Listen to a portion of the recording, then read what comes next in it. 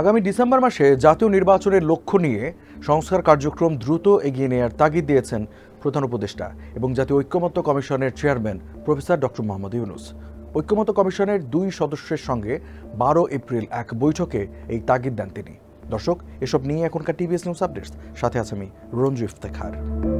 এদিন বিকালে প্রধান উপদেষ্টার সরকারি বাসভবন যমুনায় বৈঠকটি অনুষ্ঠিত হয়। এতে অংশ নেন জাতীয় ঐক্যমত্য কমিশনের সহসভাপতি প্রফেসর আলী রিয়াজ এবং সদস্য ডক্টর বদিউল আলম মজুমদার। প্রধান উপদেষ্টার বিশেষ সহকারী মনির হায়দার এ সময় উপস্থিত ছিলেন।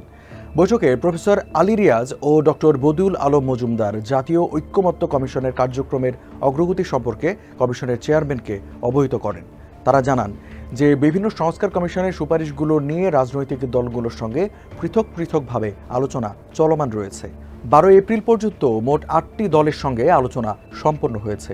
আগামী বৃহস্পতিবার 17 এপ্রিল বিএনপির সঙ্গে আলোচনার সময়সূচি নির্ধারণ করা আছে।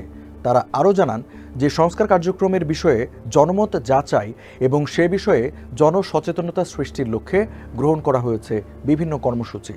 এ সময় কমিশনের সভাপতি এবং প্রধান উপদেষ্টা প্রফেসর মোহাম্মদ ইউনূস আগামী ডিসেম্বর মাসে জাতীয় নির্বাচন অনুষ্ঠানের লক্ষ্য নিয়ে রাজনৈতিক দলের সঙ্গে আলোচনা তথা সামগ্রিক সংস্কার প্রক্রিয়া এগিয়ে নেয়ার তাগিদ দেন।